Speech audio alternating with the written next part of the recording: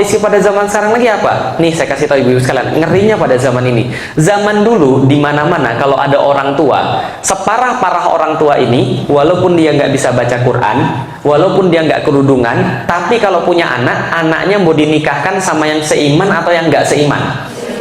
Seiman kan ya? Pasti orang-orang bilang gini, kalau kamu nggak nikah sama yang muslim juga, kamu jangan panggil ibu lagi, jangan panggil bapak lagi. Kenapa? Ini paling penting. Walaupun ibunya nggak kerudungan, walaupun bapaknya nggak bisa baca Quran, tapi kalau nikahin anaknya pasti pengen anaknya nikah sama yang muslim. Zaman dulu kalau orang nikahin ada standar. Apa standarnya? Imannya sama, jenis kelaminnya beda. Iya kan ya? Tapi zaman sekarang orang nikahin orang lain nggak ada standar lagi.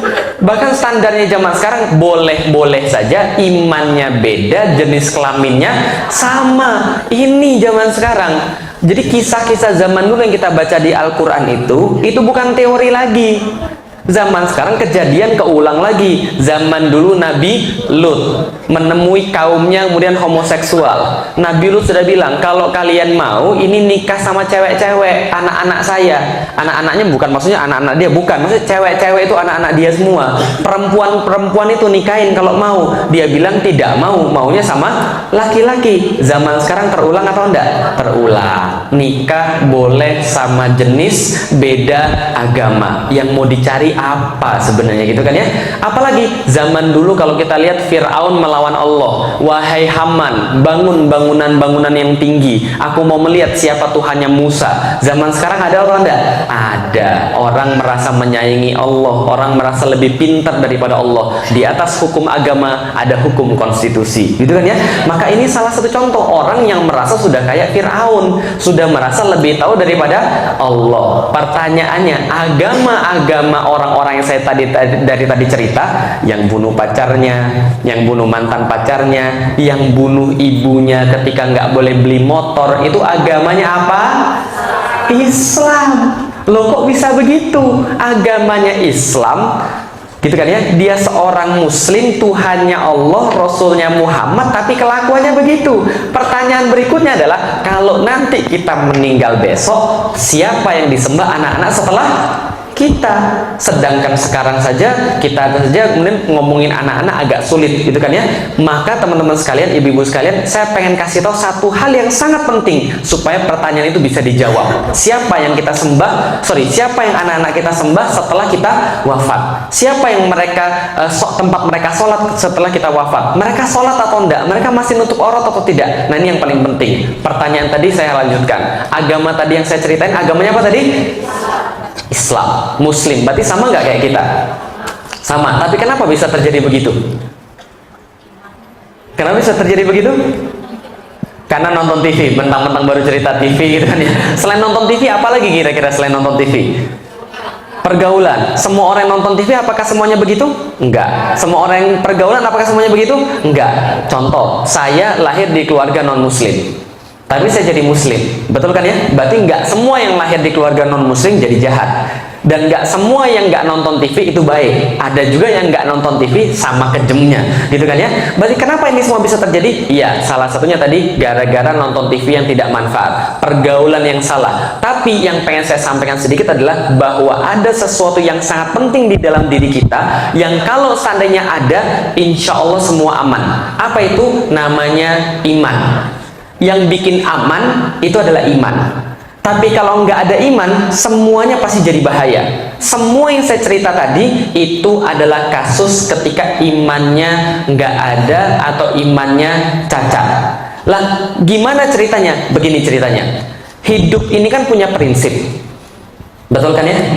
Segala sesuatu itu ditentukan berdasarkan prinsip hidup. Apa yang dibeli, apa yang nggak kita beli, kita punya duit kita kasih kemana, beli apa, itu semua kan karena prinsip hidup. Kita berbuat sesuatu, nggak berbuat sesuatu, itu pun juga prinsip hidup. Dalam Islam, prinsip hidup itu namanya akidah. Contoh, nih, pernah tahu kereta paling cepat di dunia kereta apa? Shinkansen. Oke, Shinkansen. Berapa kecepatan larinya Shinkansen? 400 kurang 375 sampai 385 km per jam. Siapa yang sudah pernah naik Shinkansen? Ada yang sudah pernah naik Shinkansen? Pernah ya? Pernah ya? Cepat nggak? Cepat. Harganya murah atau mahal, Bu? Mahal. Tokyo, Kyoto, Tokyo itu dibanderol 3,3 juta. Kok tahu? Karena saya pernah ke sana. Lalu ketika saya mau naik kereta yang sama, saya tanya harganya 3,3 juta. Nggak jadi. Nah, kenapa? Duit saya cuma 5 juta. Jadi kalau saya naik itu, saya nggak balik lagi ke Indonesia. Jadi saya cuma bisa mengagumi dari luar saja. Tapi serius, keretanya bagusnya luar biasa. Itu dari luar kayak peluru, mulus banget. Maklum, kecepatannya 385 km per jam. Dibawa ke Indonesia, Jakarta, Surabaya tembus 3,5 jam. Asik ya? Nah, dan kereta itu dalamnya jangan tanya, desainnya futuristik, bersihnya luar biasa, joknya empuk, bisa dimain-mainin, banyak tombolnya ibu-ibu sekalian. Selain itu juga ada makanan enak, AC yang dingin, dan WC-nya jangan bandingin dengan kereta Indonesia. Saya jamin kalau Anda pergi naik Shinkansen, Anda nggak tahu di mana letak WC-nya. Lah kenapa? Nggak ada pintunya ibu-ibu sekalian, dibuka sama dinding-dindingnya sekalian. Dan lebih bagus daripada rumah Anda, serius. Lah kenapa?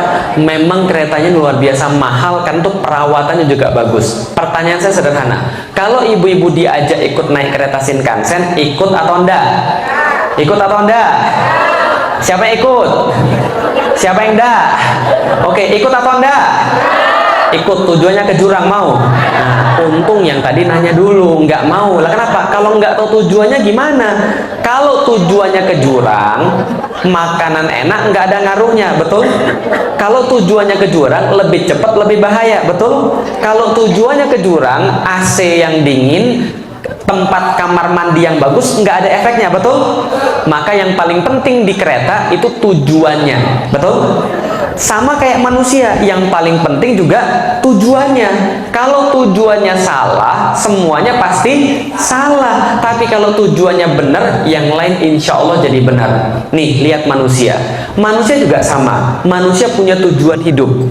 Nah, tujuan hidup manusia ini dapatnya dari mana? Dapatnya dari menjawab 3 pertanyaan. Berapa pertanyaan ibu-ibu sekalian?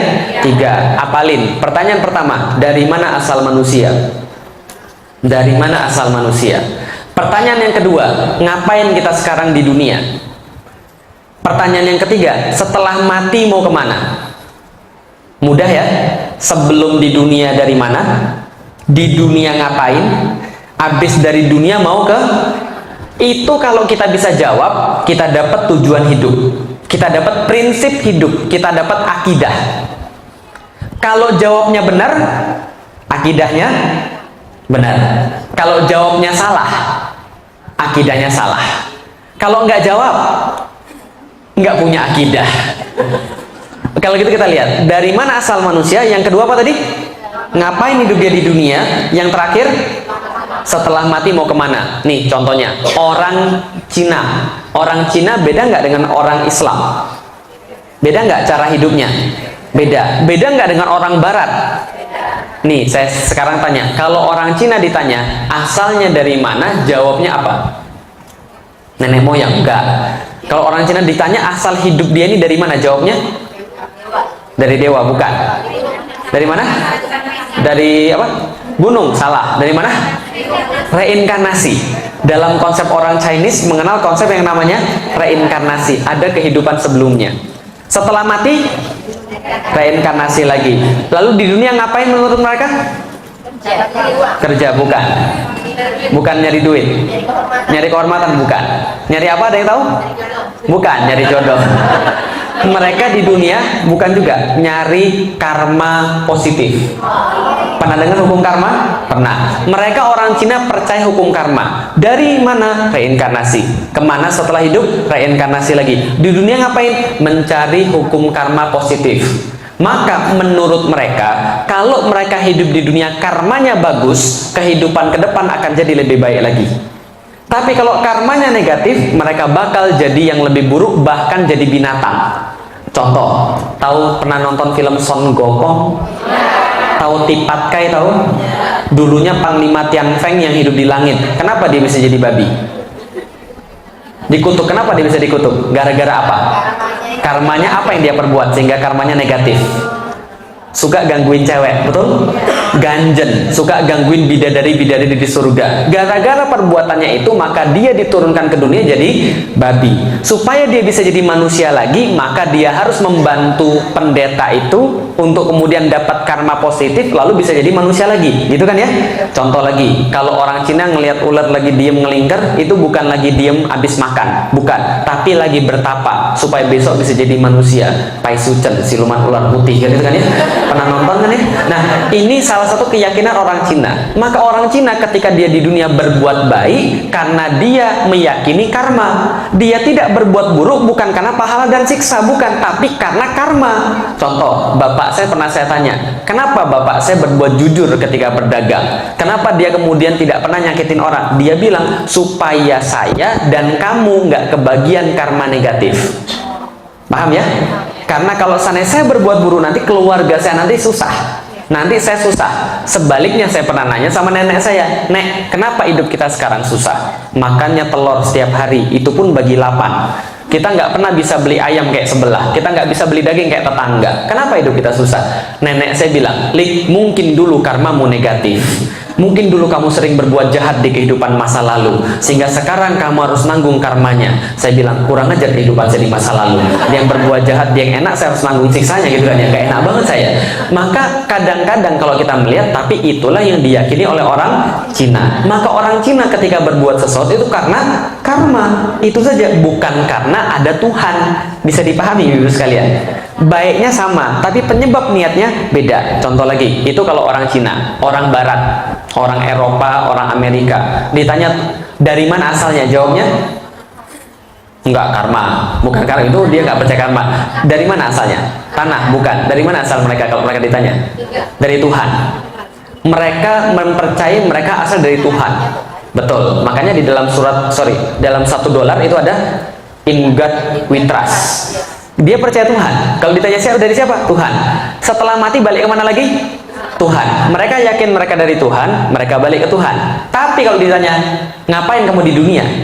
Maka mereka jawab, nggak ada urusan dengan Tuhan. Lah kenapa nggak ada urusan dengan Tuhan? Orang Barat meyakini satu slogan, God is a watchmaker. Tuhan cuma pembuat jam tangan. Kalau jam tangan sudah jalan, silakan jalan, sampai mati baru balik lagi ke pabrik. Paham ya? Jadi Tuhan menciptakan kita dan kita akan kembali pada Tuhan, tapi urusan di dunia boleh kita yang atur. Tuhan gak usah ikut-ikutan. Maka mereka mengenal berikan hak Tuhan dan hak raja. Maka di dalam agama orang-orang yang Barat itu, agama nggak penting dalam kehidupan dunia. Maka KTP mereka itu selalu tidak punya ID-nya agama, nggak punya. Bisa dipahami ibu sekalian? Karena agama nggak penting. Jadi mereka bilang gini, agama tuh urusan lu sama Tuhan lu, nggak usah dibawa ke kehidupan publik. Makanya kalau di Amerika orang mau nanya agama itu hati-hati banget, karena itu urusan privat. Saya pernah ketika di Amerika, orang mau nanya agama ribet banget. Mohon maaf ya Pak ya, mohon maaf ya, boleh tanya? Boleh, jangan tersinggung ya, sorry ya, privasi ya. Emang ada apa sih? Agamamu apa? Nanya agama doang gitu kan ya. Indonesia KTP-nya pakai agama. Kenapa? Agama penting di sini. Di sana agama nggak penting. Cuma urusan lu sama Tuhan lu. Nggak usah dibawa ke kantor, nggak usah dibawa ke negara. Bisa dipahami ibu sekalian. Maka suatu waktu Madonna, tahu Madonna? Tahu Madonna tahu? Bukan Maradona loh. Beda loh. Maradona tuh pemain bola. Madonna, tahu Madonna? Pemain film porno sekaligus penyanyi seksi itu kan ya. Dia pernah datang ke gereja cuma pakai bra doang. Iya, ketika kemudian sampai ke gereja dia pakai bra doang, diprotes nggak sama orang-orang? Diprotes. Maka dia bilang begini, bukan urusan lu, ini urusan gue sama Tuhan gue. Lu nggak boleh kritik dan nggak boleh ikut-ikutan. Paham ibu sekalian? Karena ini urusan gue sama Tuhan gue. Tuhan gue sudah memahami gue, jadi lu nggak usah ikut-ikutan, gitu kan ya? Nah, dalam Islam itu nggak ada. Dalam Cina itu juga nggak ada. Bisa dipahami ya? Itu cara hidup orang Barat. Maka kalau Anda bertemu orang Barat dan mereka nggak menganggap agama penting, wajar. Karena mereka cuma merasa dari Tuhan, balik ke Tuhan, tapi Tuhan nggak ada urusan di dunia. Bahkan Tuhan nggak boleh ikut-ikutan urusan dunia. Bisa dipahami, namanya pemisahan antara Tuhan dengan negara. Jadi kalau seandainya Anda pakai Tuhan boleh di masjid aja, di kantor nggak perlu. Maka dulu ketika Indonesia masih zaman kebarat-baratan, ada orang bilang gini, ada orang masuk kantor pakai kerudung. Lu ngapain pakai kerudung? Emang ini masjid? Ah, kira-kira begitu. Pernah dengar kata-kata kayak begitu? Seolah-olah Allah cuma ada di masjid. Oke, itu orang barat dan itu orang Cina. Kalau orang Islam, jawabannya beda atau sama? Beda. Kalau gitu coba orang Islam jawab. Dari mana asal manusia? Ingat loh, ini jawabannya kalau salah akidahnya salah. Kalau benar akidahnya benar. Kalau nggak jawab nggak punya akidah. Oke. Dari mana asal manusia? Tahu dari mana? Dari Al-Quran. Ayat mana yang bilang begitu? Ayo. Al-Baqarah surat berapa? Ayat berapa? 20-an. Bunyinya? Ayo. Oke, salah satu yang paling mudah ya. Itu Az-Zariyat 56 ya. Wa ma khalaqtul jinna wal insa illa liya'budun. Oke, berarti Allah yang menciptakan manusia. Tahu dari mana? Al-Qur'an. Kenapa percaya dengan Al-Qur'an? Karena pedoman hidup manusia. Kenapa pilih Al-Qur'an sebagai pedoman hidup bukan yang lain? Karena terjaga dari awal sampai akhir zaman. Kata siapa? Allah. Di mana? Al-Quran. Balik lagi, kenapa baca dan Al-Quran? Karena itu kan pedoman hidup kita. Tahu dari mana? Firman Allah. Tahu dari mana? Allah. Di mana? Al-Quran. Balik lagi. Ibu-ibu sekalian, saya kasih tahu kalau jawaban muter-muter ini nggak menghasilkan keyakinan yang betul. Contoh, duluan mana? Telur atau bebek? Tanya Allah, bebek atau telur? Kalau jawaban muter-muter, orang pasti bingung dan nggak menghasilkan keyakinan yang betul. Contoh, nih ada dua orang ngomongin tentang saya, ada dua orang ngomongin tentang saya. Coba ibu-ibu nilai ini aneh atau enggak. Nih ada orang bilang begini, yang satu, menurut lo Felix Shaw tuh gimana sih orangnya? Yang satu lagi bilang orangnya baik. Betul. Loh, kok kamu tahu dia orangnya baik? Loh, dia sendiri bilang kalau dia orang baik. Kamu kok percaya? Dia tuh orang jujur, Mas. Loh, kok kamu tahu dia orang jujur? Dia nggak pernah bohong. Kok kamu tahu dia nggak pernah bohong? Dia kan orang baik. Paham ibu sekalian? Aneh nggak kira-kira? Muter-muter lagi. Kalau muter-muter pasti nggak betul. Karena itulah yang namanya bukti logika nggak boleh muter. Kalau muter pasti salah. Contoh, Indonesia. Ketika ditanya tadi, Tuhannya siapa? Allah. Tahu dari mana? Al-Quran. Kenapa percaya dengan Al-Quran? Karena itu adalah kitab suci. Kenapa percaya kitab suci Al-Quran? Karena Allah bilang begitu. Kenapa percaya Allah? Karena Al-Quran. Balik lagi. Lah kenapa kamu jadi Muslim? Karena bapak saya Muslim. Kenapa bapaknya Muslim? Karena bapak saya lagi Muslim. Kenapa bapaknya Muslim? Buyutnya Muslim. Kenapa buyutnya Muslim? Karena dari dulu juga sudah Muslim. Nah, itu yang benar terjadi. Muter-muter lagi. Akan kemana setelah mati? Kembali pada Allah. Tahu dari mana? Allah. Di mana? Al-Quran. Kenapa baca Al-Quran? Karena memang begitu. Dari dulu sudah begitu. Muter-muter lagi. Ini nggak menghasilkan keyakinan. Nggak percaya. Nih, saya tanya. Orang-orang Indonesia kalau ditanya Tuhannya siapa, jawabnya? Rasulnya siapa, jawabnya? Tapi mereka benar-benar yakin nggak sama Allah dan Muhammad? Kayaknya enggak deh. Enggak semua deh, betul. Atau mungkin kebanyakan enggak deh. Ustaz jangan suuzon. Oke, enggak percaya. Ini saya buktiin. Jumat kemarin, lihat banyak angkot-angkot berkeliaran. Itu yang nyetir cowok atau cewek? Muslim atau bukan? Kenapa dia nggak sholat Jumat? Kenapa dia nggak sholat Jumat? Cari nafkah. Jawaban yang bagus. Oke, sekarang saya tanya, berapa nafkah yang bisa didapat setengah jam ninggalin angkot sholat Jumat? Oh sorry, saya nggak pernah jadi tukang angkot, Ustaz. Kira-kira aja berapa? Berapa kira-kira? 25.000. Oke, saya naikin ya 50.000. Sepakat? Sepakat. 50.000 taruhlah dia dapat. Berarti dalam kepala dia kira-kira mikirnya begini. Saya tahu sholat Jumat wajib. Saya tahu Tuhan saya adalah Allah dan Allah yang wajibin saya sholat Jumat. Tapi ketika ditawarkan antara kepercayaan dia dengan Allah dengan 50.000, yang dia pilih apa? Berarti harga keyakinan dia terhadap Allah bisa diganti dengan duit. Berarti harga Allah bagi dia nilainya berapa? Paham ya ibu sekalian? Keyakinan yang bisa diganti dengan duit 50.000, apakah itu namanya akidah? Bukan. Contoh, nih, nggak semua ya, nggak semua, tapi ada beberapa polisi yang kalau kita lewat jalan busway lalu kemudian kita ditilang harusnya, tapi kita bisa nego. Keyakinan dia tentang keadilan dan kejujuran bisa diganti dengan duit berapa? tergantung mobilnya. Kalau mobilnya bagus 150 gitu kan, kalau mobilnya nggak bagus biasa 100.000. Tapi itu namanya akidah atau bukan? Bukan. Berarti keyakinan kayak begini keyakinan yang nggak betul. Keyakinan seperti apa yang betul? Nih, keyakinan yang betul yang kayak akidah. Nih contohnya, kita punya ginjal ada berapa? Dua. Yakin? Mau nggak dua ginjal ibu-ibu sekalian saya ganti sepasang ginjal ibu-ibu sekalian dengan duit 500.000? Mau? Oke, mungkin terlalu sedikit, naikin 1 miliar. Mau? Naikin lagi 1,5 miliar. Mau? Tawaran terakhir 2 miliar. Deal or no deal? Kenapa nggak mau? Percuma, mati. Oke, pertanyaan saya sederhana. Seberapa yakin Anda dua ginjal Anda diambil Anda bakal mati? 1 sampai 100%. Berapa kadar keyakinannya? 100%. Datang dari mana itu kadar keyakinan 100%? Ilmu. Ilmu yang apa? Ilmu apa? Ustadz, walaupun saya ini bukan dokter Ustadz, saya kenal dokter Ustadz, dan dokter itu sudah belajar ilmu biologi, dan dia kasih tahu saya kalau ginjal itu nggak ada dua-duanya pasti mati, makanya nggak mau diganti berapapun. Betul? Catat, ilmu yang menghasilkan keyakinan. Yang kedua, Ustadz, saya punya teman Ustadz, ginjalnya tinggal satu, itu aja setengah mati Ustadz, apalagi dua-duanya nggak ada, ya matilah. Bukti. Dua, catat, ilmu, bukti, itu yang menghasilkan keyakinan. Ketika ilmu dan bukti bertambah banyak, maka semakin kuat keyakinan. Ketika dia satu titik dia bertambah banyak dan bertambah kuat, dia jadi 100% yang tidak mungkin bisa diganti dengan apapun. Bisa dipahami ibu sekalian? Contoh, Nabi Ibrahim mau dibakar, ditumpuk kayu, dinyalakan api sebesar bukit, dia mau dibakar, dia santai atau takut? Kenapa dia santai? Dia nggak tahu api itu panas. Tahu nggak api itu panas? 1 sampai 100%. Berapa persen Nabi Ibrahim tahu api itu panas? 100. Tapi kenapa dia santai aja? Yakin. Dia sudah punya ilmu, dia sudah punya bukti, Allah itu pasti ada. Maka cara mikir dia bukan lagi cara mikir orang biasa, bukan lagi cara pikir tukang angkot, tapi cara mikir dia adalah gini cara mikirnya. Saya tahu api itu panas, tapi saya lebih punya bukti dan ilmu Allah itu ada, dan Allah yang menguasai api itu. Berarti kalau Allah pengen aku mati, nggak usah masuk api, aku juga bisa dimatiin. Tapi kalau Allah belum pengen aku mati, api tidak akan menyengsarakan saya sekali-kali. Betul? Maka dia santai aja. Pertanyaan saya, kalau tukang angkot tadi yang nggak sholat Jumat demi 50.000, berarti keyakinannya sudah sama dengan Nabi Ibrahim atau belum?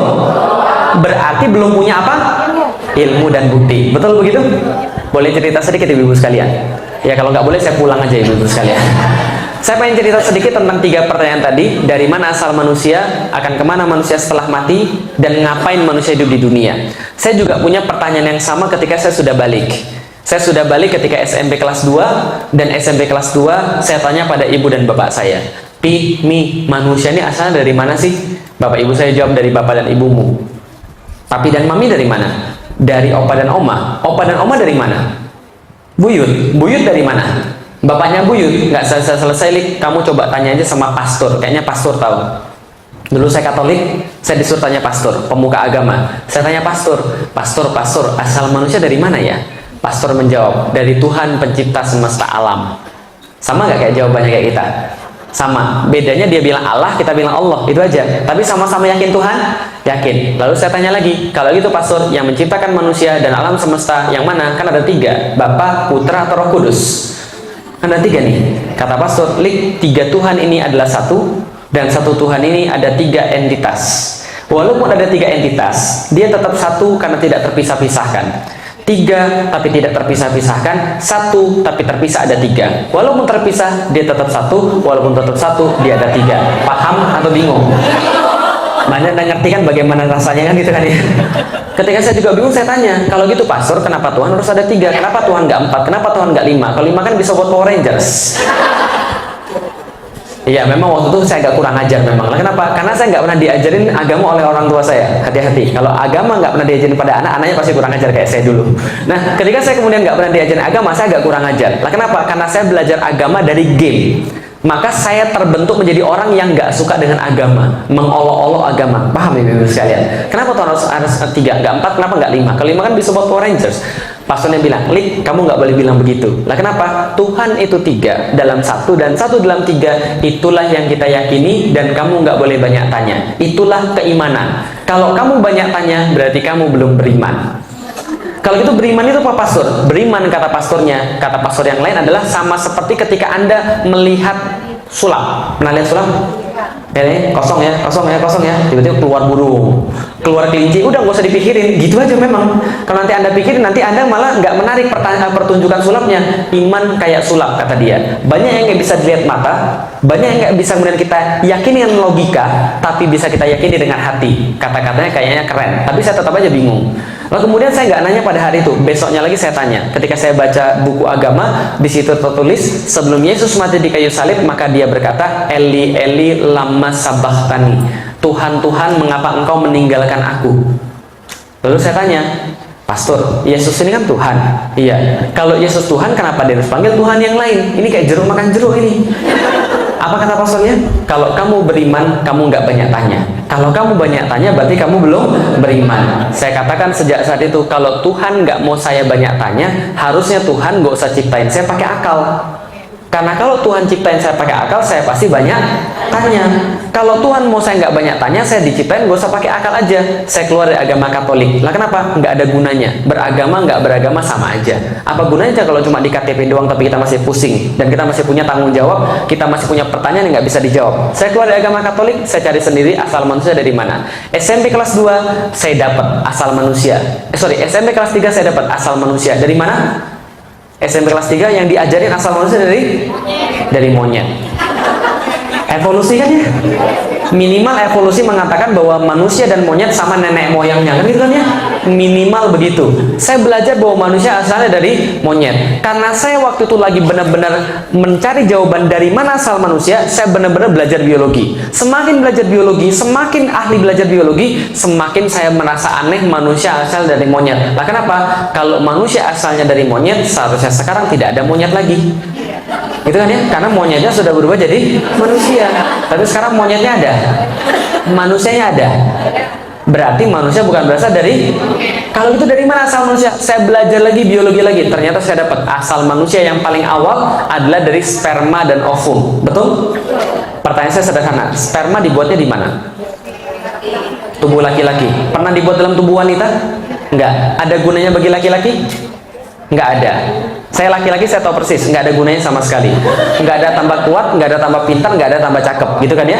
Nggak ada gunanya sama sekali. Satu-satu gunanya sperma, menurut konsensus biologi adalah masuk ke tempat ibu-ibu sekalian, membentuk individu baru. Gitu kan ya? Membentuk anak yang baru. Itu satu-satunya gunanya, nggak ada guna yang lain. Pertanyaan saya sederhana. Pernah nggak dalam sejarah perspermaan ada cerita sperma keluar dari tubuh laki-laki, masuk dalam tubuh wanita, lalu balik lagi dalam tubuh laki-laki? Pernah?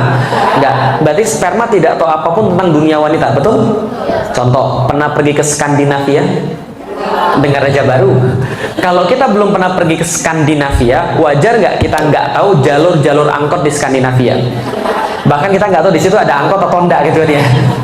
Kalau orang belum pernah ke situ, wajar kecele. Tanya sama siapa tadi yang saya telepon? Ibu siapa? Yang saya telepon tadi untuk jalan pas ke sini? Ibu Rani ya. Ibu Rani saya telepon 2 kali tadi. Saya sudah dapat petunjuknya. Saya sudah dapat petunjuknya di SMS. Tapi ketika baca itu dan ketika ngelihat peta, saya tetap bingung. Lah kenapa? Karena tadi petunjuknya nggak spesifik. Maka saya tanya ketika saya ketemu pom bensin, Ibu ini pom bensinnya di sebelah mana? Sekarang ada mall di sebelah kanan saya. Jadi saya harus muter balik karena ada pom bensin yang belakang mall itu, atau saya harus lurus terus? Ibunya bilang lurus terus Ustadz. Nanti ada ada pos polisi. Lalu kemudian di sebelah kanannya ada pom bensin. Baru nanti belok kiri, lalu kemudian saya jalan lagi, ternyata ada pom bensin lagi. Saya telepon lagi, Ibu pom bensinnya yang apa? Pertamina atau selain Pertamina? Gitu kan ya? Oh enggak, bukan yang itu, lurus lagi yang Pertamina. Saya baru tahu, gitu kan ya? Ternyata ini kok lama banget nih, macet lagi. Oh ternyata begitu. Oh setelah saya tahu, nah wajar. Saya nyari-nyari di sini depan lapangan bola. Kalau saya banyak tanya, kalau saya kecelik ketika pertama kali ke sini, wajar nggak? Karena saya nggak pernah ke sini. Tapi sperma, balik lagi ke sperma, dia nggak pernah pergi ke tempat wanita, tapi dia tahu persis keadaan wanita kayak apa. Aneh nggak?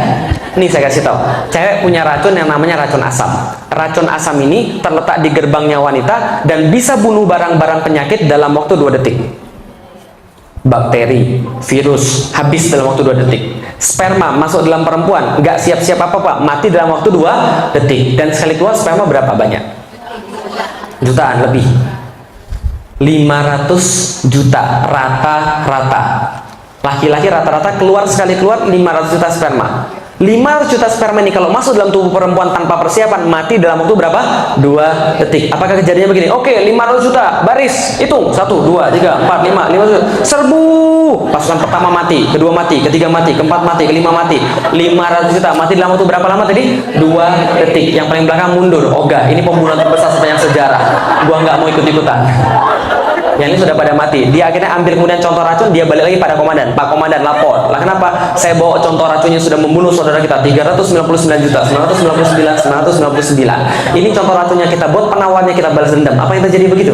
Enggak. Yang terjadi enggak begitu. Tapi yang terjadi adalah tatkala sperma masuk dalam tubuh perempuan, setiap daripada 500 juta sudah bawa penawar racun masing-masing. Dengan dosis yang sesuai, dengan jenis yang tepat. Pertanyaan saya ketika saya belajar biologi, ibu-ibu sekalian, adalah dari mana mereka tahu di situ ada racun? Yang kedua, tahu dari mana jenis racunnya apa? Yang ketiga, bagaimana mensintesa penawar racunnya? Ada yang kuliah farmasi? Ada yang kuliah farmasi? Ada yang tahu berapa lama orang-orang perusahaan farmasi itu bikin obat buat manusia? Dengan infrastruktur yang baik, dengan contoh-contoh virus yang sudah pokoknya digitulah, diambil, diinokulasi dan sebagainya, itu perlu waktu puluhan tahun. Ini di badan saya jangan-jangan ada laboratorium? Nggak ada. Tapi kenapa mereka bisa tahu? Itu pertanyaan saya. Yang kedua, nggak hanya itu halangannya. Yang kedua, cewek punya 2 pabrik, pabrik sebelah kiri dan pabrik sebelah kanan. Ketemuannya sperma sama ovum di mana? Rahim. Salah. Anak IPS, gitu kan ya. Kalau anak IPA jawabannya tuba falopi, gitu kan ya. Lorong sebelah kiri atau lorong sebelah kanan. Artinya sperma ketika masuk dalam tubuh perempuan, oke, racun lewat, serbu. Yang paling depan bilang, sebentar teman-teman sekalian, jangan terburu-buru. Lah kenapa? Terburu-buru perbuatan setan. Ini ada 2 jalur, yang mana yang kita pilih? Sebelah kiri atau sebelah kanan? Karena spermanya orang Indonesia, mereka bilang kita rapat dulu aja lah. Karena orang Indonesia demen rapat. Setelah rapat ada yang usul begini, Pak, gini aja Pak, kita 50-50 aja Pak, 50 ke kiri, 50 ke kanan. Yang belakang bilang, saya nggak setuju 50-50 Pak, kita SD audience saja yang mana? Atau kalau friends sekalian? Enggak. Tapi yang terjadi sesungguhnya ibu-ibu sekalian, tatkala 500 juta sperma itu masuk dalam tubuh perempuan, mereka langsung tahu arah, langsung berlomba-lomba jadi yang paling cepat, paling kuat, paling hebat. Nggak nunggu yang lain lagi petunjuknya, semua sudah tahu arahnya, jadi yang paling cepat, paling kuat, paling hebat. Di antara 500 juta, yang paling cepat, paling kuat, paling hebat jadi Anda. Jadi Anda itu sudah pilihan di antara berapa? Yang paling bagus di antara 500 juta. Jadi jangan minta lagi yang lebih bagus lagi ya. Coba hidung saya lebih mancung, coba bibir saya lebih seksi. Itu nggak bersyukur dan tidak berterima kasih, ibu sekalian. Nah kenapa? Karena kalau yang masuk nomor 2 bisa jadi lebih jelek lagi daripada itu, ibu sekalian. Paham ya? Itu udah paling bagus itu. Nah, pertanyaan saya ketika belajar biologi adalah, tahu dari mana dia bahwa arahnya tepat? Kenapa nggak pernah ada yang nyasar gitu kan ya?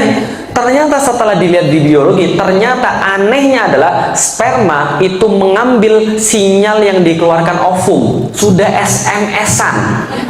Ngeri nggak coba? Jadi ovum itu ketika keluar dari pabriknya ngeluarin sinyal, yang sinyalnya hanya bisa ditangkap oleh sperma. Aneh nggak ibu sekalian? Nih, saya punya HP, ibu-ibu punya HP. Ibu-ibu bisa ngubungin saya? Belum tentu, karena ibu-ibu nggak tahu nomor saya. Dan kalaupun tahu nomor saya, kalau nggak ada sinyal nggak bisa. Maka kalau orang bisa berhubungan ada 4 syarat. Ibu punya HP, saya punya HP, ada jaringannya. Yang keempat, tahu nomornya. Paham ya ibu sekalian? Ini sperma kapan gantian nomor sama ovum? Nggak tahu. Tapi ternyata bisa ketemu. Ketika saya kemudian berpikir tentang ini, apa pikiran saya? Ini nggak mungkin kalau nggak ada Tuhan. Jangan-jangan Tuhan ini ada. Loh kok jangan-jangan Tuhan ada?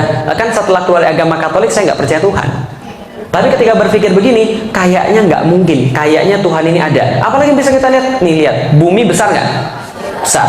Bumi besar, ada 6,5 miliar manusia di bumi. Nggak usah bicara tentang planet-planet atau galaksi-galaksi yang lebih besar. Bumi aja, 6,5 miliar manusia berada di situ.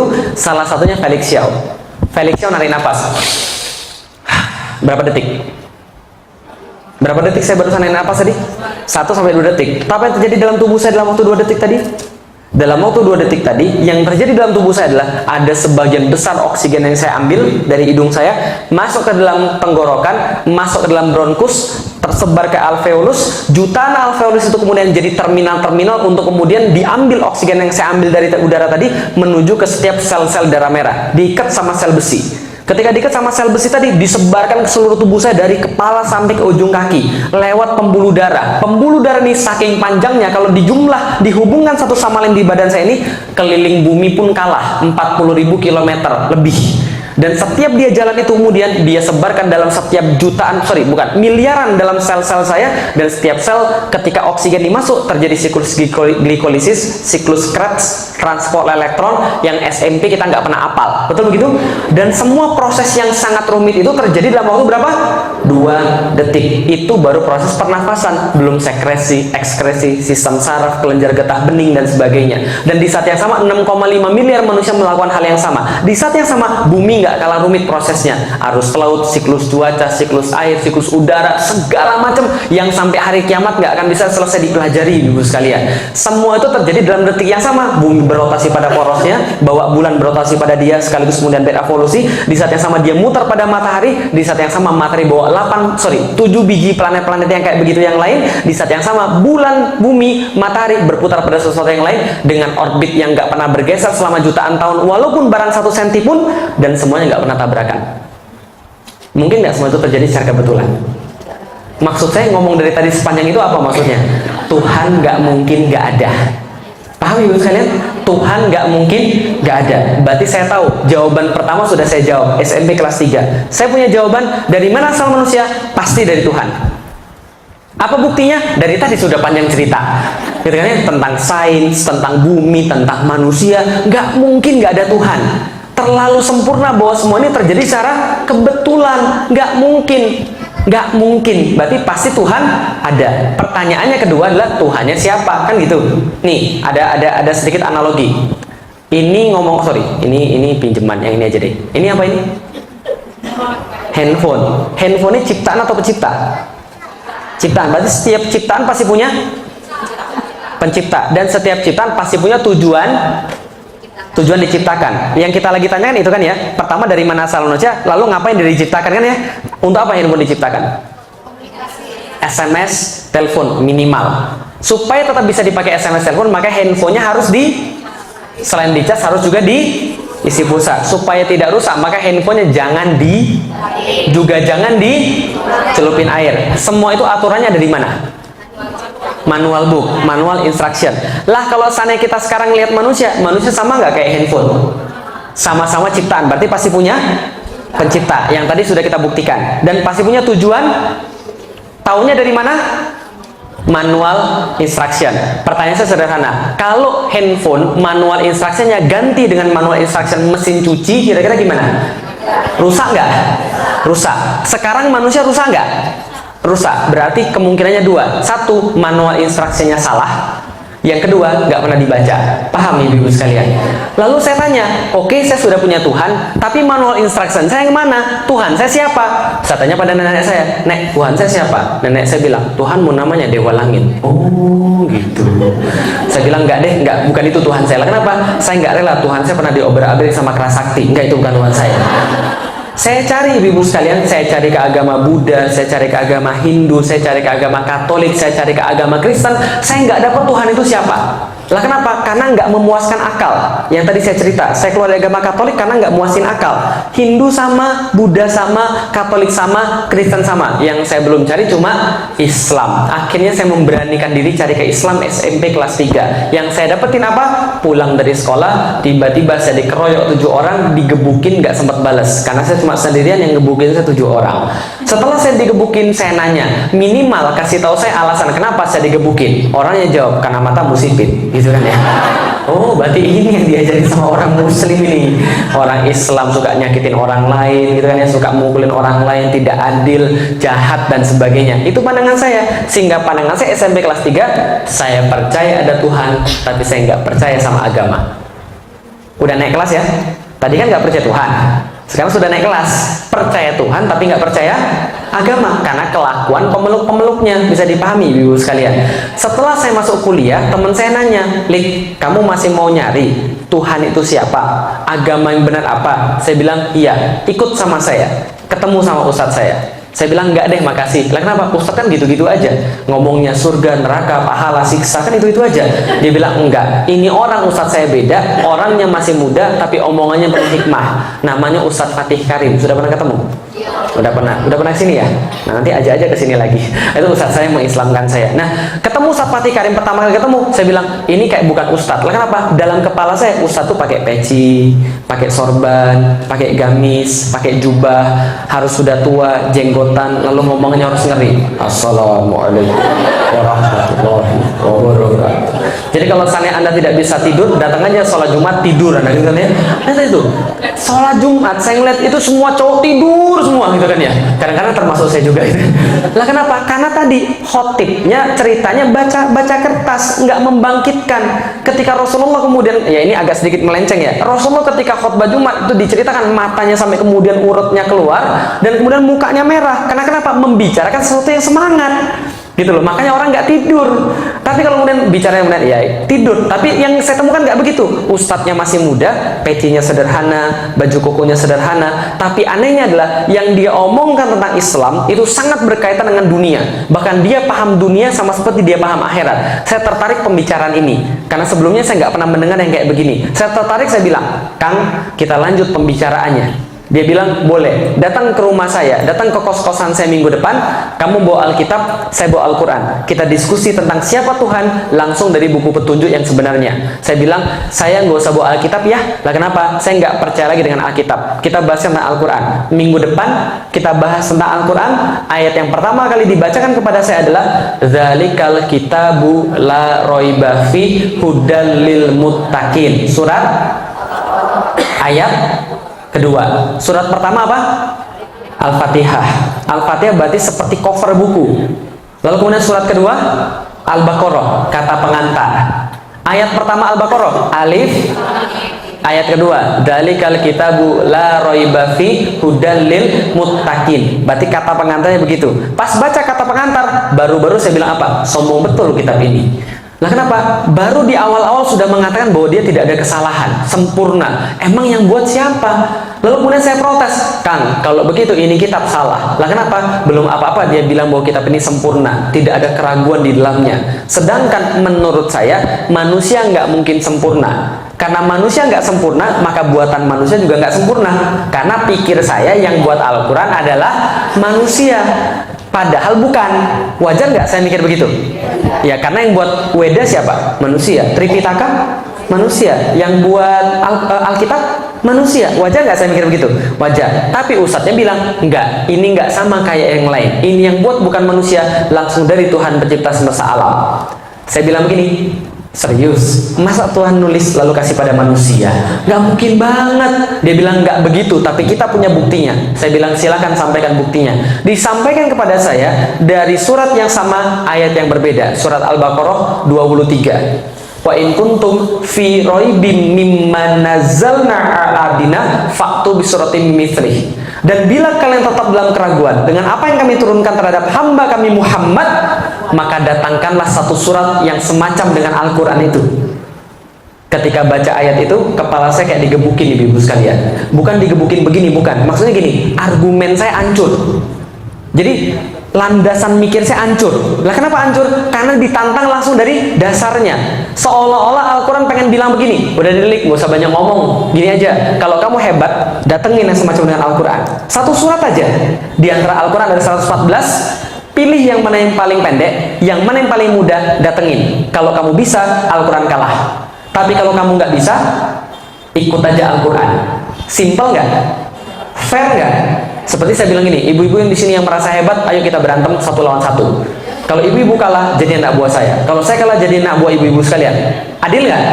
Adil. Cuma Al-Quran tidak adil. Al-Quran katakan, wad'u syuhada'akum min dunillah in kuntum shodiqin. Kalau anda nggak berani sendirian, maju semuanya sekalian. Coba ditantangin seluruh manusia. Seluruh manusia ditantangin Al-Quran, suruh buat satu surat yang semacam dengan Al-Quran, walaupun yang paling pendek, sampai sekarang bisa atau enggak? Ketika saya baca itu, saya kaget loh, saya bilang sama ustadznya, ini benar nggak ada yang bisa mendatangkan yang semacamnya? Ustadznya bilang, silakan cari aja. Saya mikir begini, ini surat turun 1400 tahun yang lalu. Kalau ada orang yang bisa, tentu dari dulu sudah dilakukan. Ternyata setelah saya cari, betul nggak ada. Akhirnya apa yang saya pikir? Ini segel ini. Paham ibu sekalian? Ini segel dari pabrik ini. Maka saya bilang, Tuhan saya namanya Allah, Rasul saya namanya Muhammad, dan agama saya Islam. Lah kenapa? Karena saya punya bukti sekarang yang enggak saya dapat ketika di agama-agama yang lain. Saya punya bukti, maka saya masuk Islam. Bisa dipahami ibu sekalian? Nah, ini penting betul. Lah kenapa? Al-Quran itu segel. Nih, coba kita lihat, ibu-ibu sekalian. Kalau kita lagi jalan di jalan, ada polisi berhentiin, berhenti nggak? Kenapa berhenti? Karena polisi. Tahu dari mana kalau dia polisi? Seragam. Selain seragam apa lagi? Buktinya apa lagi? Kartu petunjuk, ada peluit, ada kemudian ya pengenal lah bahwa dia adalah polisi. Betul begitu? Berarti setiap petugas pasti punya bukti. Betul? Rasul itu petugas atau bukan? Petugas. Petugasnya siapa? Turun ke dunia. Bawa bukti nggak? Kalau dia dari Allah, apa buktinya? Bukan. Setiap nabi-nabi buktinya apa namanya? Mujizat. Mujizat artinya bukti. Mujizat artinya bukti. Salah. Mujizat artinya keajaiban. Salah. Mujizat artinya, ingat baik-baik, mujizat asal katanya ajaza. Ain jim za. Itu asal katanya. Ajaza. Ajaza artinya lemah. Hati-hati ya. Al-Aziz itu yang maha kuat, Allah. Tapi kalau Al-Ajiz itu yang maha lemah. Jadi kalau ngomong bahasa Arab itu hati-hati. Kalau salah dikit aja makhrajnya, salah semua. Kolbu itu hati, kalbu itu anjing. Hati-hati. Harus kolbu, ada kol-kolahnya. Kolbu. Kalau kalbu, anjing. Kalau kolbu, jelas ya? Ajaza artinya lemah. Mukjizat artinya yang melemahkan. Loh, kok yang melemahkan? Jadi gini ceritanya. Setiap nabi turun itu selalu membawa sesuatu yang membuat yang lain terasa lemah terhadap itu. Makanya mukjizat tergantung tren. Tergantung apa? Tren. Contoh, Nabi Musa. Trennya apa waktu itu? Sihir, yang lagi keren. Orang yang bisa sihir dianggap hebat, dianggap kuat, dianggap luar biasa. Nabi Musa turun, bawa yang lebih hebat daripada sihir. Apa itu? Apa bukti yang diberikan Allah? Tongkat. Bisa berubah jadi? Bisa membelah laut. Setelah Nabi Musa wafat, apakah mujizatnya masih ada? Masih ada tongkat yang model begitu? Kalau masih ada, saya mau beli 2. Nggak ada lagi tongkat model begitu. Semua mujizat diangkat ketika nabinya wafat. Ganti masa Nabi Daud. Nabi Daud yang lagi ngetren apa? Nabi Daud yang lagi ngetren apa di masa itu? Perang. Orang yang paling hebat adalah orang yang paling gede badannya. Maka ada cerita Jalut. Jalut itu orang Filistin, yang orang Filistin badannya di atas rata-rata. Nah ini Jalut orang yang paling bongsor di antara Filistin, berarti lebih gede lagi. Maka orang gede kuat. Maka diturunkan Nabi Daud dengan mujizat bisa melembutkan besi. Dia pakai baju zirah, dia pakai baju besi, menang jadi raja. Gitu kan ya? Nabi Sulaiman anaknya Nabi Daud lagi ngetren apa? Buat gedung-gedung megah, kendaraan-kendaraan super cepat, dan sihir-sihir yang mematikan. Maka Allah kasih dia orang naik kendaraan-kendaraan biasa unta, dia kendaraannya apa? Angin. Orang buat megah, bangunan-bangunan megah, dia buat bangunan rumahnya itu pintunya aja 9 pilar. Pintunya doang. Tehelnya kaca semua. Gitu kan ya? Itu Nabi Sulaiman. Ganti masa lagi, Nabi Isa. Nabi Isa yang lagi ngetren apa? Trennya ganti. Apa yang lagi ngetren? Medis, kesehatan. Orang lepra, buta, kusta sekali sentuh selesai. Orang mati hidup, gitu kan ya, atas izin Allah. Tapi setiap nabi wafat, nabinya diangkat, mujizatnya diangkat. Betul? Nabi Muhammad yang lagi ngetren apa di kalangan orang-orang Arab dan di kalangan dunia pada saat itu? Syair, sastra, bahasa, informasi. Ya, maka turun Al-Quran yang informasinya ngeri, sastranya ngeri, nggak ada yang nyaingin. Stres tiap orang di depan Al-Quran. Ini kok bisa kayak begini? Ini kok bisa kayak begini? Betul kan ya? Semua orang merasa lemah di hadapan Al-Quran. Hebatnya adalah apa? Nabi Muhammad ini kemuliaannya, ketika dia wafat, Al-Qurannya nggak diangkat. Mujizatnya tetap ada. Supaya kenapa? Allah pengen tanya Anda perlu bukti apa lagi untuk beriman? Sudah ada itu. Yang lain diangkat, nggak bisa lagi. Mujizatnya mana? Mujizat mana? Nggak ada. Nabi Muhammad tetap ada. Mujizatnya di mana kalau gitu? Nih, kalau gitu saya lihat. Bahasa sastra itu beda dengan bahasa biasa, betul? Saya seorang penulis, dikit banyak saya tahu sastra. Contoh, ini bahasa biasa. Bapak dan ibu pergi ke pasar, paham? Bahasa sastranya nggak begitu. Bahasa sastranya bisa jadi begini: ayah dan bundaku, mereka meniti jalan menuju tempat orang berjual beli. Kan gitu kan? Lebih susah dipahami yang mana? Yang pertama atau yang kedua? Dalam sastra itu selalu berlaku satu hal yang sangat-sangat sederhana. Kalau Anda mau pilihan katanya indah, Anda keluar daripada makna yang sebenarnya. Tapi kalau Anda mau kemudian maknanya yang dapat, Anda pakai bahasa yang sederhana. Bisa dipahami Ibu sekalian? Kalau Anda mau pilih keindahan bahasa, maknanya harus dikurangi. Kalau mau maknanya, keindahan bahasanya harus dikurangi. Satu-satunya yang maknanya bagus, indah katanya mantap, itu cuma Al-Quran. Bisa dipahami Ibu sekalian? Maka orang-orang stres melihat Al-Quran. Kok bisa begini? Contoh, nih salah satu contoh. Kenapa dikatakan bahwa tidak ada yang bisa mendatangkan yang semacam dengan Al-Quran? Nih contoh. Suatu masa ketika Rasul masih ada yang bilang bahwa dia juga Nabi. Ada yang mengklaim Nabi juga, namanya Musailamah. Musailamah dia digelari Al-Kadzab. Al-Kadzab artinya sang penipu. Nah, kenapa dia digelari sang penipu? Karena dia bilang bahwa dia adalah Nabi. Musailamah ini juga kemudian mengaku Nabi. Suatu waktu turun surat Al-Asr. Ada yang hafal surat Al-Asr? Ya semua hafal. Wal asri. Innal insana lafi husrin illal ladzina amanu wa amilus solihati wa tawassaw bil haqq wa tawassaw bis sabr. Ini surat pendek atau panjang? Tapi belakangan ketika kemudian ulama-ulama melihat surat ini, apa yang beliau katakan? Ulama-ulama katakan, seandainya Al-Quran tidak diturunkan ke atas muka bumi ini, maka satu surat ini sudah jauh lebih cukup. Karena maknanya yang indah. Tidak selesai dikaji sampai detik ini. Kalaupun Al-Quran tidak turun semuanya, maka semua itu sudah terwakili dalam surat Al-Asr itu. Ngeri ya? Sependek itu maknanya sedemikian besar. Nah, ketika turun surat tadi, Amr bin As yang waktu itu belum masuk Islam, orang ini pinter banget. Amr bin As ini pinter banget orangnya, belum masuk Islam, dia jalan-jalan ketemu Musailamah Al-Kadzab. Ketika ketemu Musailamah, Amr bin As bilang, tahu nggak, semalam itu baru ada wahyu yang turun kepada Nabi Muhammad. Keren banget. Apa kerennya? Nih, coba dengar. Wal asri innal insana lafi husrin illal ladzina amanu wa amilus solihati wa tawassaw bil haqq wa tawassaw bis sabr. Musailamah dengar, lalu bilang, semalam juga saya turun wahyu. Apa wahyunya? Sama, dia bilang. Apa wahyunya? Dia bacakan satu syair yang dia karang. Wal wabr innaka uzunani wasodr sa'iruka hafrun nakar. Sama nggak? RRR semua. Wal asri R innal insana lafi husrin R illal ladzina amanu wa amilus solihati wa tawassaw bil haqq wa tawassaw bis sabr R. Rimanya pas, temponya pas, belakangnya R semua, maknanya nggak selesai dikaji sampai sekarang. Tapi Musailamah belakangnya R semua. Tahu artinya? Wal wabar, demi kelinci. Innaka uzunani wasodar, pada dirimu terdapat dua telinga yang panjang dan dada yang membusung. Sa'iruka hafrun nakar, di sekelilingmu terdapat galian tanah. Ketika dengar itu, Amr bin As tertawa terbahak-bahak kemudian bilang, Musailamah cukup. Lalu kenapa? Nanti orang-orang menertawakanmu. Lalu dia bilang sama Khalid bin Walid, yuk kita ke tempat Muhammad, kita masuk Islam. Gara-gara dengan surat Wal Asri. Surat Toha 1-20 itu membuat Tufail bin Amr ad-Dausi yang hafal 200 ribuan syair bertekuk lutut, nangis, lalu berkata, saya nggak pernah dengar yang kayak begini. Lalu kemudian dia masuk Islam. Bisa dipahami sekali? Kita aja mungkin yang nggak ngerti bahasa Arab, ini mana bagusnya? Bisa dipahami Ibu sekalian?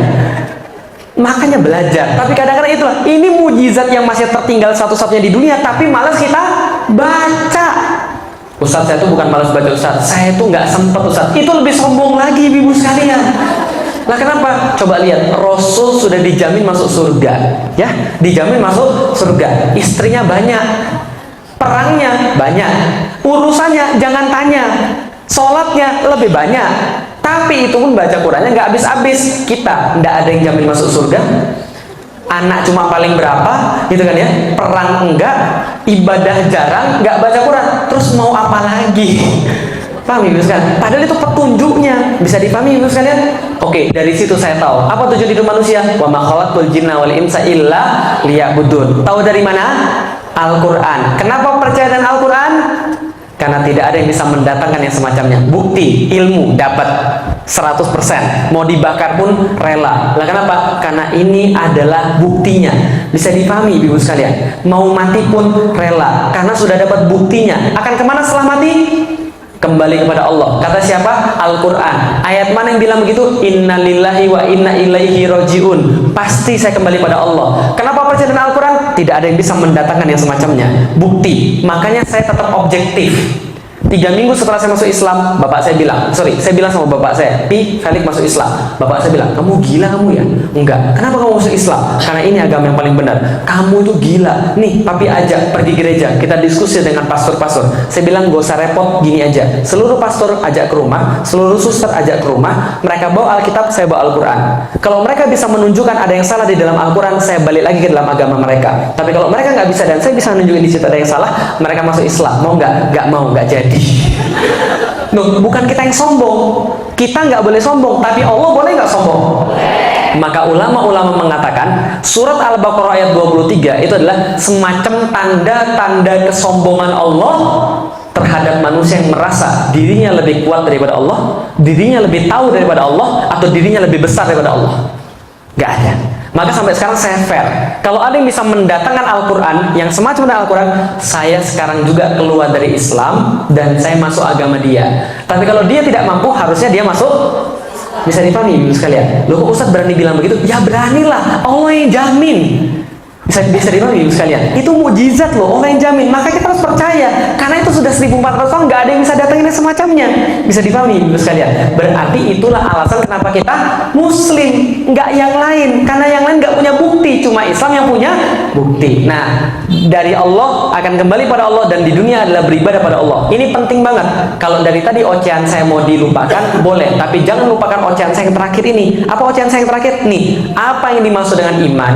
Apa yang dimaksud dengan akidah? Apa yang dimaksud dengan tujuan hidup yang saya bilang tadi? Kalau diwariskan pada anak kita lantas kita aman semuanya. Nih, yang dimaksud dengan iman adalah keyakinan 100% bahwa kita berasal daripada Allah Subhanahu wa Ta'ala berdasarkan ilmu dan bukti, dan keyakinan 100% bahwa kita akan kembali pasti kepada Allah berdasarkan ilmu dan bukti sehingga jadi 100%. Karena kita yakin 100% kita dari Allah dan kembali kepada Allah, maka di dunia kita wajib beribadah dengan cara yang Allah berikan, syariatnya.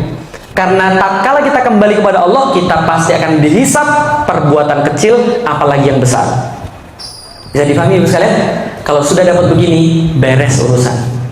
Beres, aman hidup. Bodoh aman, pinter aman, kaya aman, miskin aman. Kalau sudah punya iman. Tapi kalau nggak punya iman, dia bodoh, belaga. Belaga itu apa ya bahasa Indonesianya? Itu bahasa Palembang, belaga. Bergaya. Hah? Apa? Poin yang terakhir tolong. Oh, yang diulang tadi, yang saya bilang mau dilupakan kecuali itu tadi, iman. Jadi gini, iman adalah, tadi kan kita bahas ada 3 pertanyaan. Pertanyaan apa tadi kalau 3 tadi? Dari mana asal manusia, akan kemana manusia setelah mati, dan ngapain dia di. Maka iman adalah keyakinan 100% berdasarkan bukti bahwa dia adalah dari Allah, dan keyakinan 100% berdasarkan bukti bahwa dia pasti kembali kepada Allah. Karena dia tahu dia dari Allah dan akan kembali kepada Allah, maka dia tahu persis bahwa di dunia tugas dia hanya beribadah sesuai dengan perintah Allah, karena dia tahu saat kembali dia akan dihisab. Itu iman. Makanya saya bilang kalau sudah punya itu semua aman. Tadi bodoh aman, pintar aman. Kalau nggak punya itu, bodoh dia bergaya, pinter dia bodohin orang. Kalau dia nggak punya itu, miskin dia ngamuk, kaya sombong. Betul begitu? Kalau nggak punya itu habis semua. Contoh nih, tukang angkot. Kalau tukang angkot yang tadi kita bahas tadi, berarti imannya sudah sempurna atau belum? Belum sempurna. Walaupun sudah beriman, tapi belum sempurna. Kalau sudah sempurna kayak apa? Aman hidup dia. Nih, kalau tukang angkot sudah punya iman, kira-kira dia sholat Jumat atau enggak? Kenapa dia sholat Jumat? Mikirnya sekarang begini. Kalau sudah punya iman, bro, rezeki itu dari Allah bro, bukan dari angkot. maka taati perintah Allah, Anda pasti dapat rezeki. Bukankah Allah berkata di dalam Al-Quran, karena hakun alaina nasrul mu'minin, sesungguhnya Allah wajib menjamin rezekinya orang-orang mukmin. Allah wajib bantu orang mukmin. Allah mengharamkan dirinya tidak bantu orang mukmin, ya. Allah mengharamkan diri untuk tidak membantu orang mukmin. Berarti pasti ada rezeki, bro. Udah jangan takut, udah tinggalin aja. Cuma setengah jam ini Allah yang ngasih rezeki. Orang taat pasti dapat rezeki. Walaupun kita kemudian nggak sholat Jumat dan kita narik angkot, belum tentu dapat 50.000 juga. Dan kalau dapat nggak barokah. Itu kalau mikir orang beriman. Dan dia bilang rezeki itu kata Rasul ngejar manusia kayak ajal ngejar manusia, karena Rasul pernah bersabda rezeki sama kayak ajal, maka manusia tidak akan pernah dia mati sebelum ajalnya nyampe dan rezekinya habis. Ingat ya, rezeki itu sama kayak ajal, nggak bisa dielakkan. Jadi Anda ngelari kemanapun rezeki akan tetap ngejar, dan Anda lari kemanapun ajal tetap ngejar. Berarti kalau masih hidup berarti masih ada. Berarti kalau sudah tidak ada rezeki berarti saatnya Allah kangen, pengen kita dipanggil kan, itu kan ya, selesai. Maka orang yang kayak begitu santai hidupnya, aman, dia akan tetap berusaha karena rezeki seperti cicak-cicak di dinding. Nah itu loh, itu lagu akidah loh ibu-ibu sekalian, cicak-cicak di dinding itu loh. Coba kita lihat, pernah dengar cicak-cicak di dinding? Terus diam-diam, berarti cicak tuh bisanya ngapain? Merayap diam, udah merayap diam-diam pula. Hina banget kan ya? Seandainya ada makhluk Allah yang berhak protes tentang rezeki, cicak sudah protes duluan. Lah kenapa? Dia protes sama Allah. Ya Allah, ini tidak adil ya Allah. Lah kenapa? Engkau salah desain ya Allah. Ini tidak adil. Lah kenapa? Makananku terbang semua. Ya kan ya? Sedangkan aku cuma bisa merayap diam-diam. Ini nggak adil ya Allah. Tapi memang Allah ya, Allah itu memang maha adil, maha agung, maha mengatur rizki hamba-hambanya dan rizki setiap ciptaannya. Apa yang kemudian terjadi dalam lagu berikutnya? Datang seekor. Tenang bro, Anda cukup merayap diam-diam aja, nyamuknya nanti yang datang. Paham ya? Anda nggak harus ngejar nyamuk, nyamuknya yang datang. Bisa dipahami? Lalu ditangkap. Yang penting cukup merayap diam-diam. Bisa dipahami ibu sekalian? Nggak usah ngapa-ngapain, merayap jadi rezekinya datang. Nggak percaya? Rezeki ngejar kita, bukan kita ngejar rezeki. Tadi pagi makan apa? Nasi uduk, nasi goreng, oke. Itu nasinya ditanam di mana? Padinya ditanam, sawahnya di mana? Jawa Tengah, Jawa Timur, bisa. Di sini juga ada. Oh tapi dikit banget. Justru Indonesia sekarang sudah impor banyak dari Vietnam sama Thailand. Bisa jadi yang Anda makan itu justru beras yang dari luar negeri. Itu jalan ke sini berapa lama? Naik kapal. Dipanen, disiangin, naik kapal 3 mingguan baru sampai ke Indonesia. Lalu kemudian baru sampai ke Karamadjati di pool. Setelah di pool kemudian dikarungin lagi. Setelah dikarungin dibeli di pasar-pasar, kemudian pasar-pasar kecamatan. Lalu masuk pasar-pasar kelurahan, baru Anda beli di pasar kelurahan. Betul gitu? Itu baru berasnya doang. Yang bikin asin, garam. Garam dibuatnya di mana? Itu Bangkalan sono. Madura. Itu dari laut mana? Dia ngapung-ngapung tuh, awalnya tuh butiran-butiran garam ngapung semua di selautan-lautan di atas kemudian laut Madura itu. Kemudian ditangkap sama petani, masuk ke dalam tempat, disiangin panas, baru kemudian jadi butiran-butiran gandum. Kemudian dibersihin, dibawa ke pabrik, dikasih kemudian zat-zat yang ini, dibungkus, masuk ke supermarket, baru Anda beli. Pertanyaan saya, itu kan dari jauh-jauh semua kan ya, baru belum ayam. Nah, belum kemudian tempenya, kedelainya dari Amerika gitu kan ya. Lalu kemudian semuanya tuh kemudian dari kita cuma tinggal bangun tidur, pergi ke meja makan. Pertanyaan saya sederhana, rezeki yang datengin Anda atau Anda yang datengin rezeki? Selama ini kita GR, mau kemana? Cari rezeki. Bukan, rezeki yang nyari Anda. Paham ya ibu sekalian? Kalau gitu kita nggak usah kerja aja. Kalau itu nggak usah kerja aja. Beda urusan. Kerja itu kewajiban laki-laki. Maka Allah menjamin rezeki manusia, dia pasti dapat sebelum dia mati. Tapi kalau dia nggak kerja, dosa.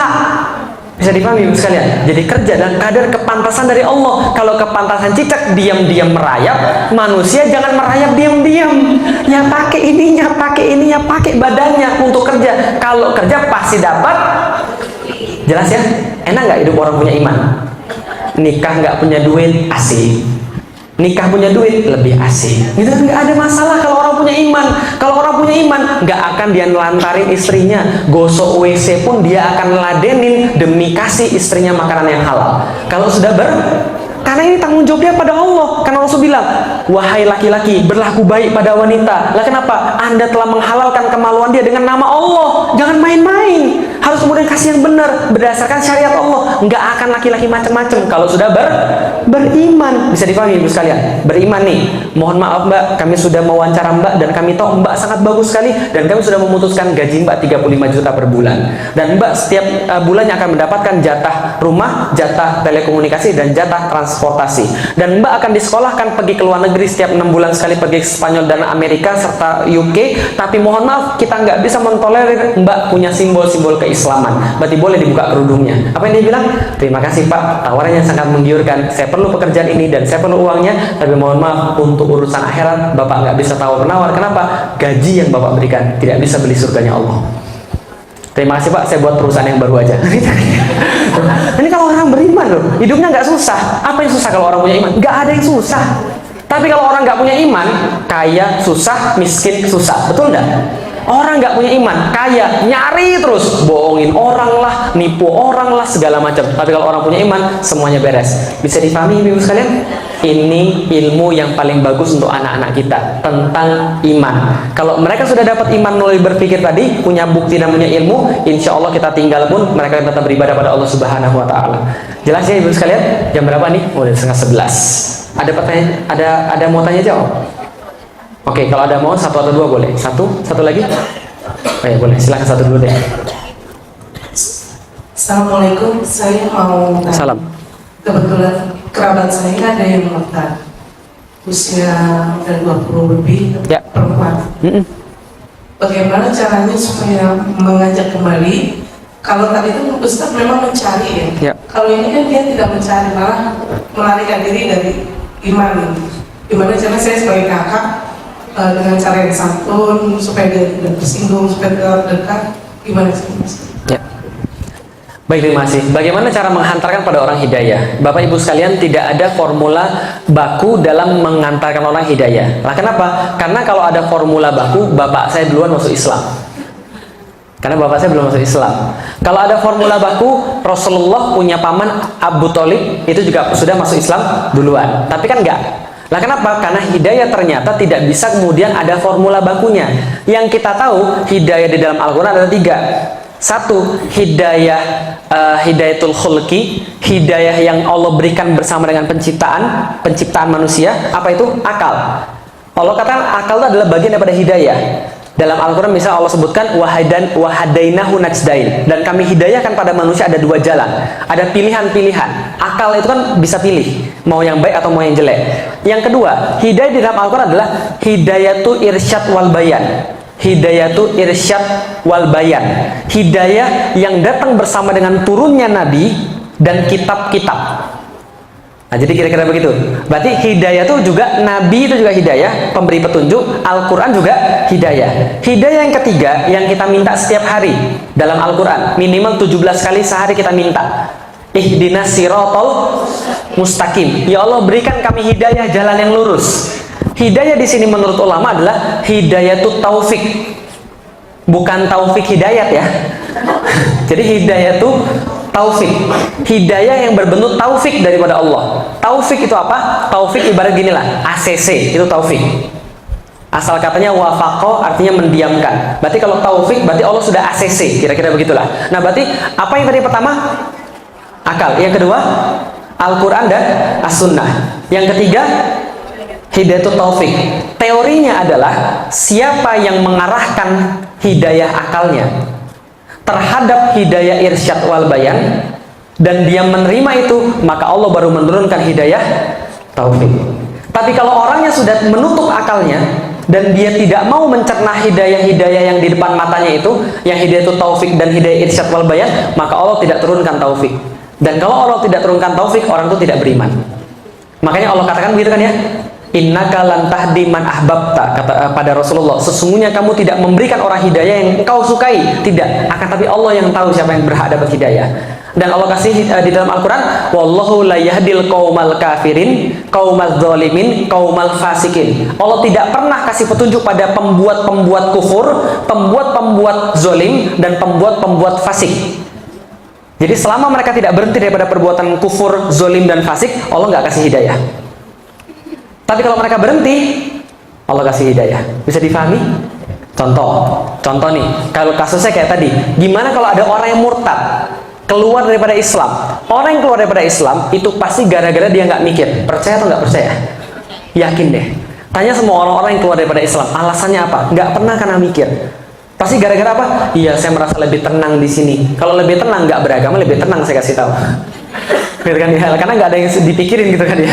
Nah, oh iya, saya masuk sini karena apa? Banyak kan karena materi, banyak kan karena apa? Tapi nggak pernah karena mikir. Berarti yang hilang adalah hidayah akalnya. Maka ini harus dipicu terus. Maka dengan pertanyaan-pertanyaan tadi, kamu yakin Tuhan itu ada? Jadi kalau ada orang baru mau masuk Islam, jadi harus ada keinginan dulu dia mau membuka diri. Kalau dia sudah menutup diri, percuma apapun yang kita sampaikan pada dia.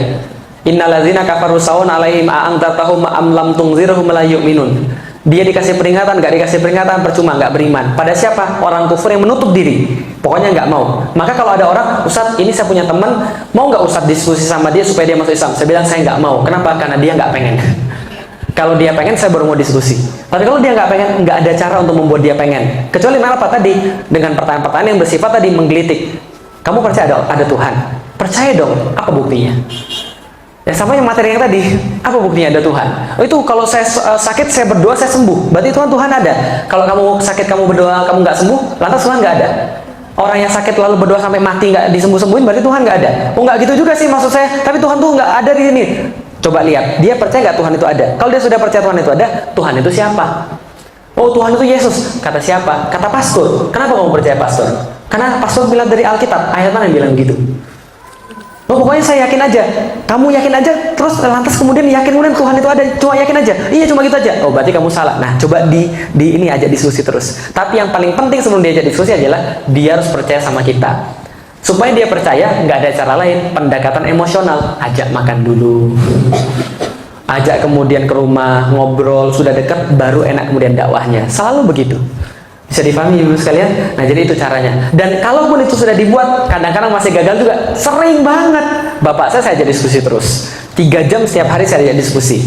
Saya sudah menunjukkan akhlak yang baik. Semua sudah saya ajak diskusi. Hasilnya, saya pergi umroh pertama kali dibayari dia, istri saya juga dibayari dia. Di depan Ka'bah kita kemudian telepon, Pi, di depan Ka'bah nih kita doain semoga Papi dapat hidayah. Dia cuma bilang amin gitu aja. Lah kita sudah melakukan segala macam, tapi pintu hidayah ini memang bersifat ya tadi taufik daripada Allah. Maka tidak bisa kita lakukan selain mendoakan. Nah, terhadap orang-orang yang belum mau membuka diri, ini lebih sulit lagi. Apalagi kalau kita nggak dekat. Yang dekat aja susah, apalagi yang nggak dekat. Kalau yang dekat masih ada chance. Lah kenapa? Manusia itu menerima hidayah kadang-kadang paling mudah ketika dia merasa nggak punya apa-apa. Makanya mukjizat itu kan diturunkan supaya manusia merasa nggak punya apa-apa. Nah, ketika lagi sakit, coba sadarin, coba sekarang kamu lihat, kamu lemah nggak? Ya lemah, semua nggak ada apa-apa. Nah, kalau gitu, siapa kamu minta tolong? Allah. Tuhan. Ya udah, Tuhan ini siapa? Coba lihat, ada nggak bukti-bukti dalam agama yang lain bahwa Tuhannya benar begitu? Kalau cuma kata-kata doang, emang kamu kenapa kamu percaya kata-kata? Kenapa kamu nggak beragama Hindu aja? Karena Hindu kan juga kata-kata, Tuhan itu adalah Sang Hyang Widi. Tahu dari mana? Tahu dari Alkitab. Tahu dari kitabnya. Kita tahu dari mana? Kata orang. Terus begitu muter-muter. Al-Quran tidak. Ada bukti, tidak ada ilmu. Yang kamu percaya yang mana? Kan gitu. Bukti, ilmu. Nah, itu harus kemudian memang dirangsang. Tapi memang agak sulit kalau dia nggak mau. Ada yang lain mungkin terakhir? Sekarang ini Pak, saya dengar dan saya tahu kebetulan juga ada saudara saya juga yang ikut-ikutan seperti itu Pak. Ada pengajian non Islam yang mereka itu melakukan itu seperti kayak bedah hukum, maksudnya gini, mereka katakan di Alkitab misalnya surat di Injil kayak gini ada loh di Al-Quran seperti itu Pak. Nah terus akibatnya waktu yang kita pernah ketemu gitu, saudara saya lagi itu sebenarnya ya Injil apa semua itu sama dengan Al-Quran, karena apa yang kita dan mereka juga pakai istilahnya itu juga kajian Pak, jadi pakai istilah Islami. Terus juga udah deh gampang bukti gini deh, banyakan mana orang kaya yang Islam atau orang kaya yang nggak Islam? Kan lihat ya, orang Cina tuh kaya semua, bahkan dia punya Indonesia. Terus orang-orang Kristen tuh semua kan keren-keren apa semua ngerti. Itu kan bukti bahwa memang mereka itu berkah seperti itu. Jawabnya gimana? Nah, saya kan cuma ya insya Allah saya ada sedikit iman yang memang saya pikir ini kayaknya memang udah melenceng banget. Cuma kan yang saya takutnya itu adalah dengan saudara-saudara kita yang lain Pak, yang oh gitu ya tante, oh gitu ya. Nah itu bagaimana ya Pak ya? Mensikapi yang dia katakan itu Pak, memang ada buktinya, dan dia juga bilang ya itu semua bagi orang-orang kaya itu dengan yang mereka ngomong Islam seperti itu, dan Islam itu kebanyakan tuh ya perangkot, pembantu. Nah itu bagaimana Pak? Baik, terima kasih. Jadi gini ceritanya. Kalau saya pertama-tama perlu saya sampaikan bahwa Islam tidak pernah melarang orang jadi orang kaya. Tapi perlu saya sampaikan adalah pragmatisme atau cara berpikir faktual itulah cara berpikir persis orang Cina betul. Lah kenapa? Karena saya orang Cina, saya tahu persis. Maka saya bilang sama orang-orang, kenapa sekarang saya memperjuangkan tegaknya Islam? Kenapa saya memperjuangkan sekarang bangkitnya Islam sehingga Al-Quran ini bisa dijadikan sebagai dasar negara, sehingga seluruh orang-orang harus berbuat secara Islam? Karena begini ceritanya teman-teman sekalian. Pernah punya handphone? Punya handphone? Kalau handphone kita dicabut salah satu kapasitornya, kira-kira gimana? Rusak. Coba bayangin ya, handphone dicabut satu kapasitor aja rusak. Berarti kan itu kan sistem. Apalagi diterapin cuma satu kapasitor doang. Bukan handphone namanya. Islam itu sistem. Dicabut satu, rusak semua. Jadi kalau mau diterapkan, terapkan lengkap. Kalau diambil satu, rusak semua. Contoh, Allah katakan, ya ayyuhalladzina amanu udkhulu fisilmi kafah. Masuk Islam secara kafah, supaya Islam itu lengkap. Gitu kan ya. Ketika Islam lengkap, baru kelihatan kebaikan-kebaikannya. Ketika sudah kelihatan kebaikan-kebaikannya, wa ra'aitan nasa yadkhuluna fi dinillahi afwaja. Ketika Islam sudah diterapkan secara lengkap, Allah turunkan kemenangan, baru engkau melihat manusia berbondong-bondong masuk Islam. Karena kebanyakan manusia memang lihatnya pakai mata. Berarti dia lihat siapa yang paling kaya, yang paling banyak. Siapa yang paling bagus, yang paling banyak, yang paling pintar, yang paling banyak. Islam tidak memandang seperti itu. Islam memandang kaya, miskin itu ujian.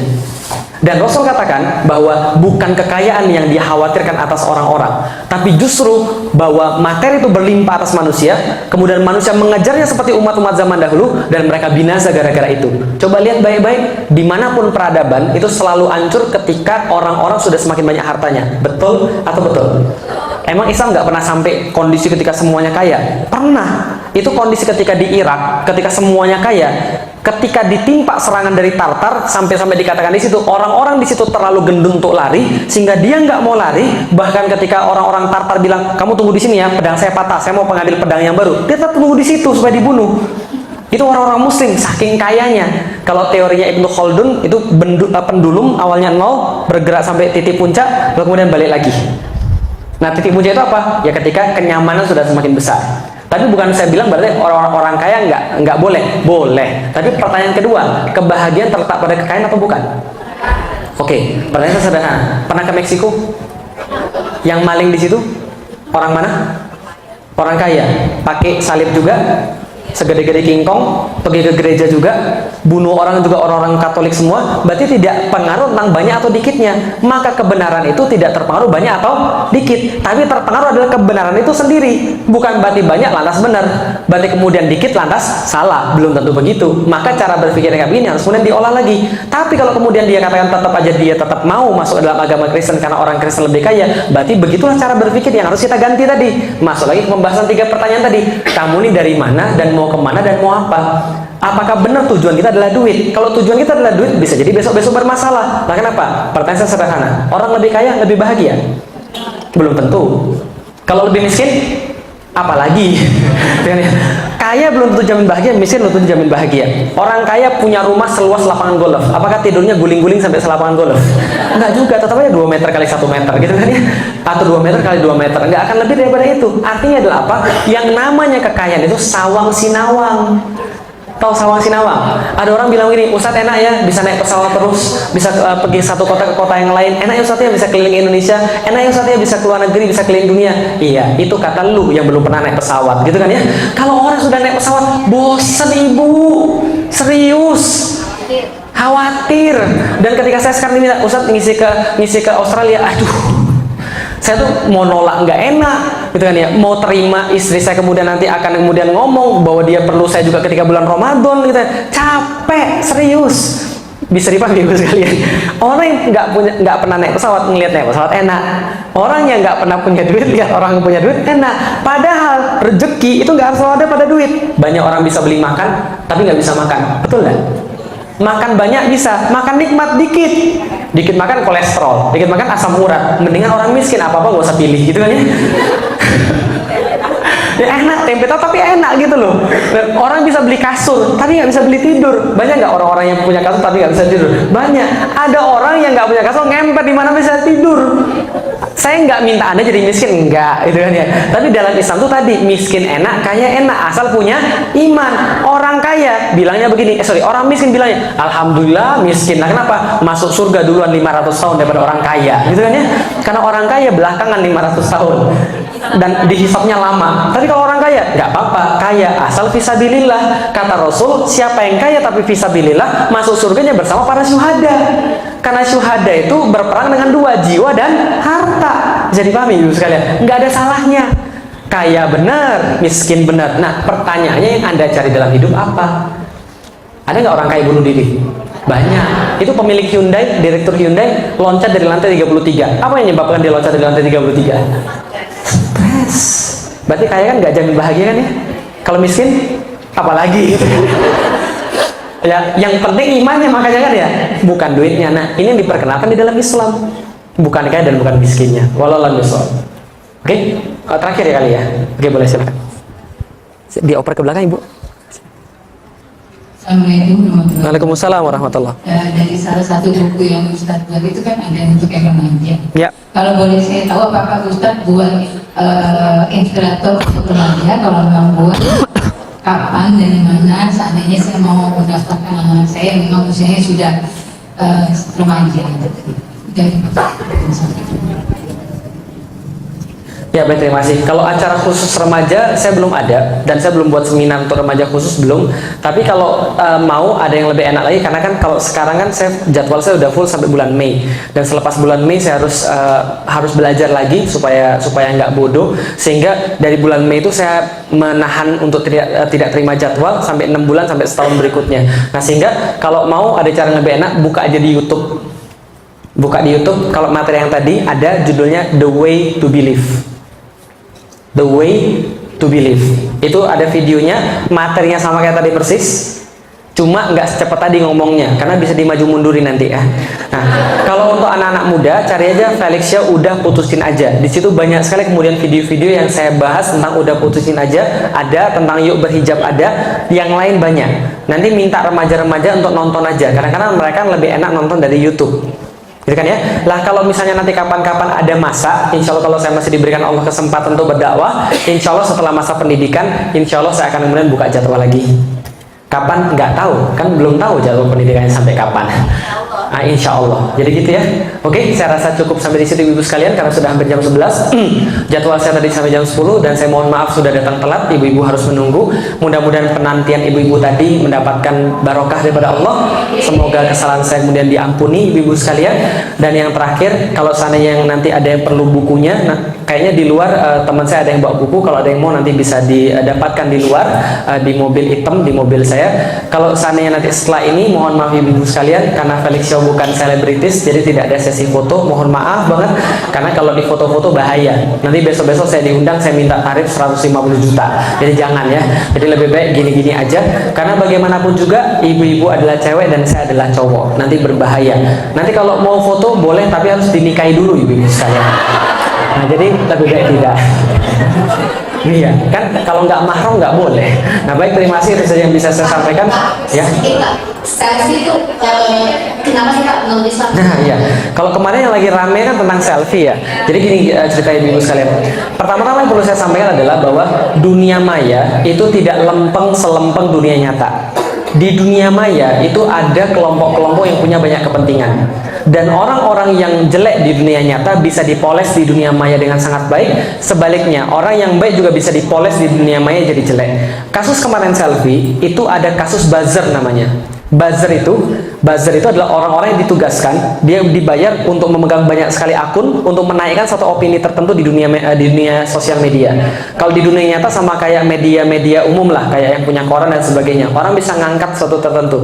Kasus yang kemarin saya cuma bilang begini, bahwa hati-hati dengan selfie, karena selfie sekarang bagi saya sudah sangat berbahaya sekali bagi muslimah. Lah kenapa? Rasul mengatakan inna likulli dinin khuluqan wa khuluqo dini al-haya. Sesungguhnya setiap agama itu punya akhlak, dan akhlak umatku itu adalah rasa malu.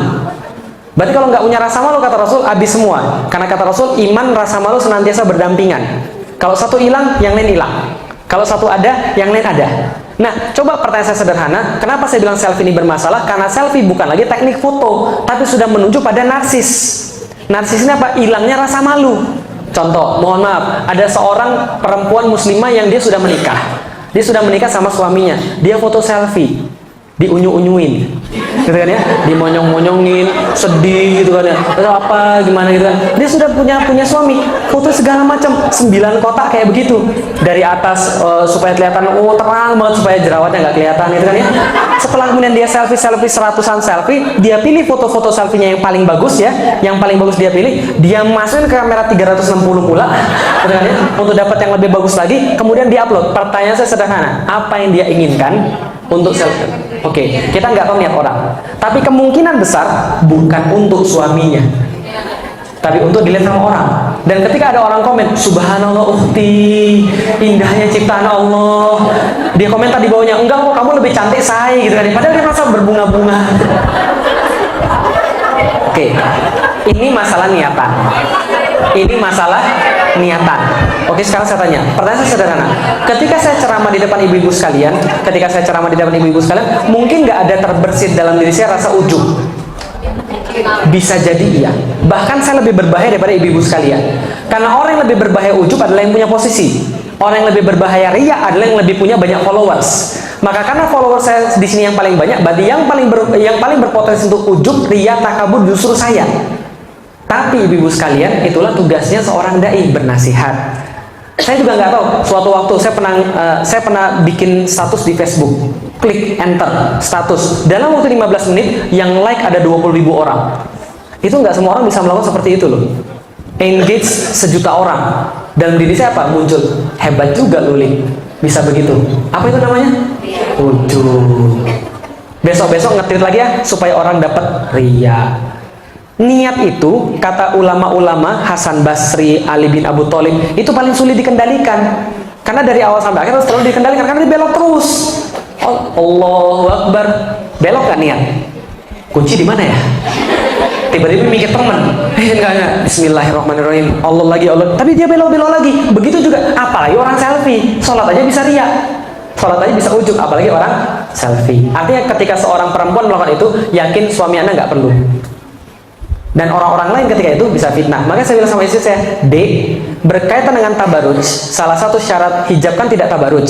Berkaitan dengan tabaruj, saya bilang sama istri saya, Dek, bajumu di rumah dan di depanku harus lebih bagus daripada bajumu di luar. Dan harus lebih mahal daripada bajumu di luar. Lah, tapi kan orang nggak lihat, justru itu intinya. Kalau orang melihat kamu, lantas kamu merasa tertarik dengan kamu, maka kamu dosa, aku nggak suka, Allah murka.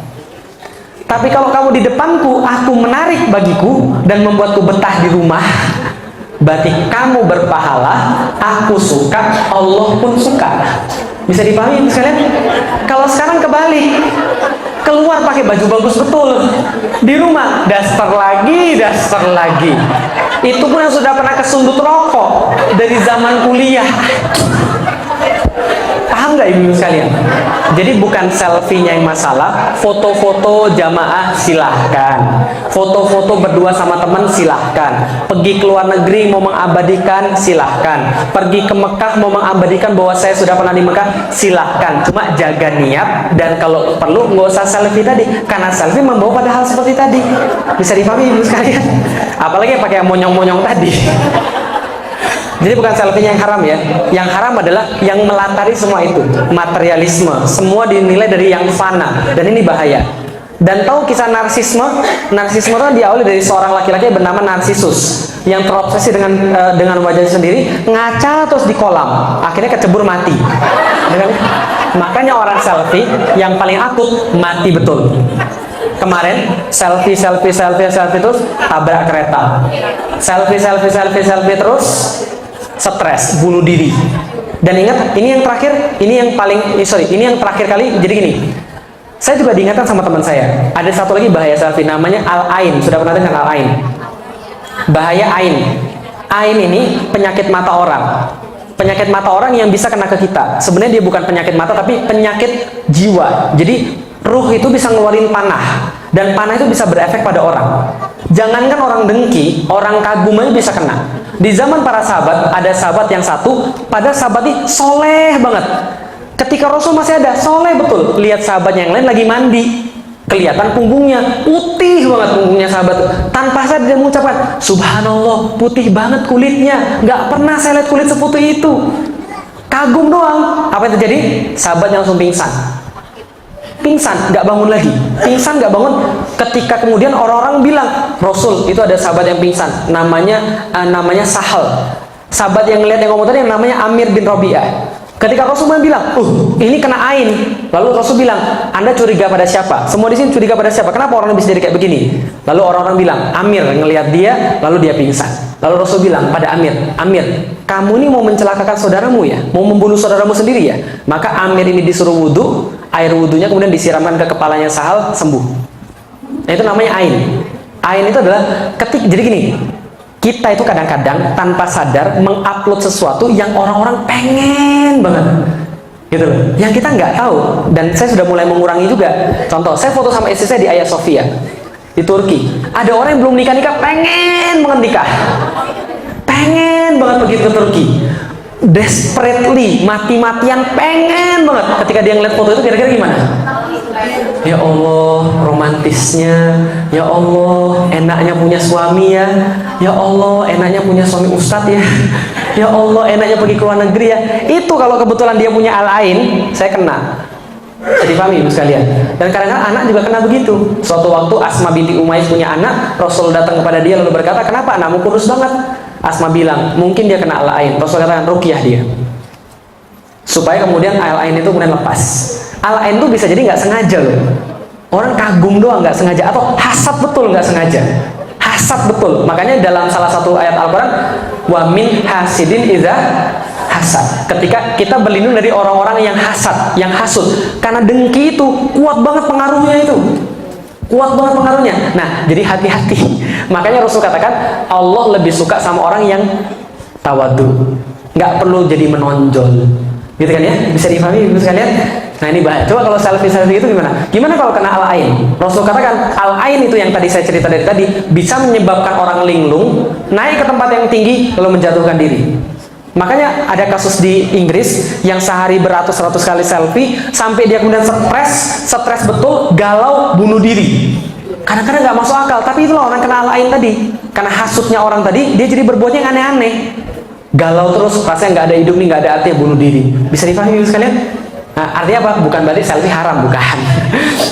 Cuman itu tadi yang saya cerita dari tadi, ya. Berarti boleh nggak foto? Boleh, selama syarat-syaratnya dipenuhi, nggak ikhtilat, nggak sama yang bukan mahram, gitu kan ya. Kalaupun ada yang bukan mahram, berarti ada istrinya. Jadi kalau ada istri saya, ibu-ibu mau minta foto, boleh. Karena saya hari ini nggak bawa istri, jangan, gitu kan ya. Nah, itu sebenarnya nggak boleh.